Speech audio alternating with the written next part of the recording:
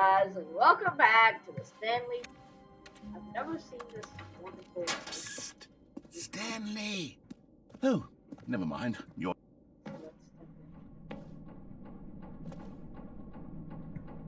Top.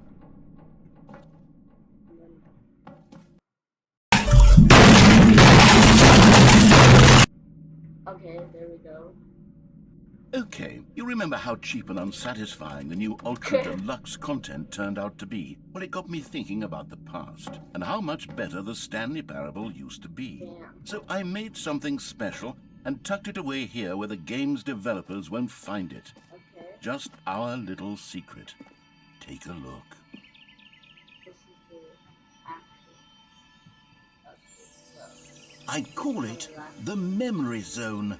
It's where I've been storing all my favorite memories so I can relive the peak experiences of my life whenever I want. What? Experiences like the launch of the Stanley Parable on PC. The Stanley Parable. It's not safe. Squidward.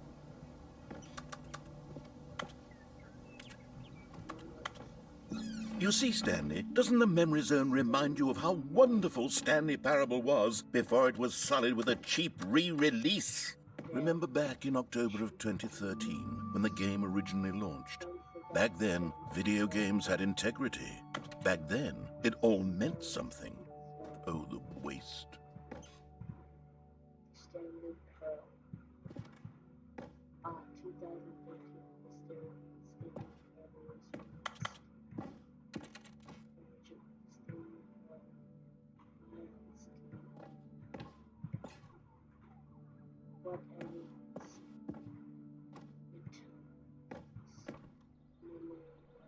Smile because it happened. Dollar. It is impossible to make this achieve. Go outside. Don't wait 5 minutes. 5 minutes.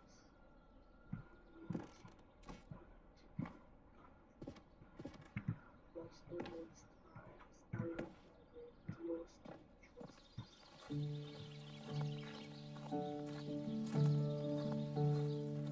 And over here is where I keep reviews of the Stanley Parable. Like this stunning triumph of games journalism, 10 out of 10 from Destructoid.com. James Stephanie Sterling writes, and I quote, "Where so many games that aspire to be more than games end up less than any form of art, Stanley Parable strives and then succeeds to be every game ever created."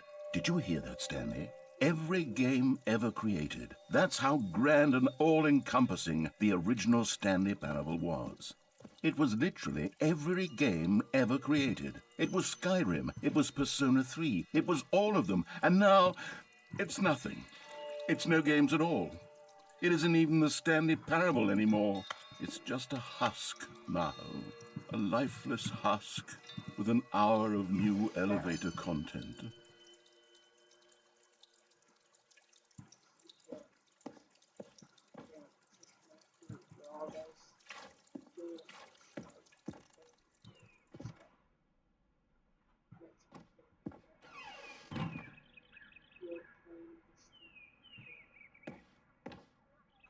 the original.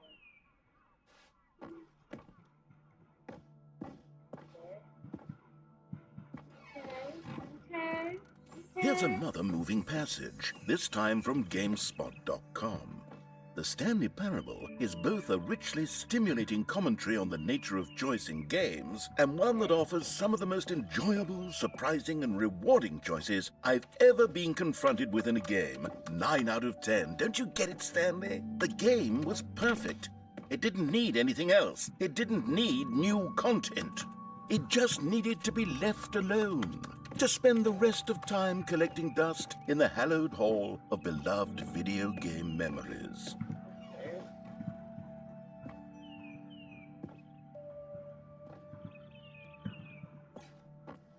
This is kind of nice. Number one.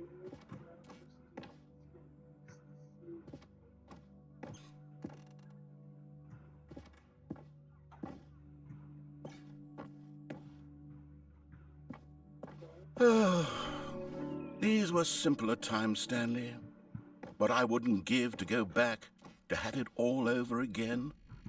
Wait, hang on. I don't recall this part of the memory zone before. What's this? What's down here? Oh, no. Oh, God, no. Stanley, it's a collection of reviews from Steam, the online video game distributor. I haven't looked at these in years. I can't even imagine what's been collecting down here. Surely these reviews were glowing as well, weren't they?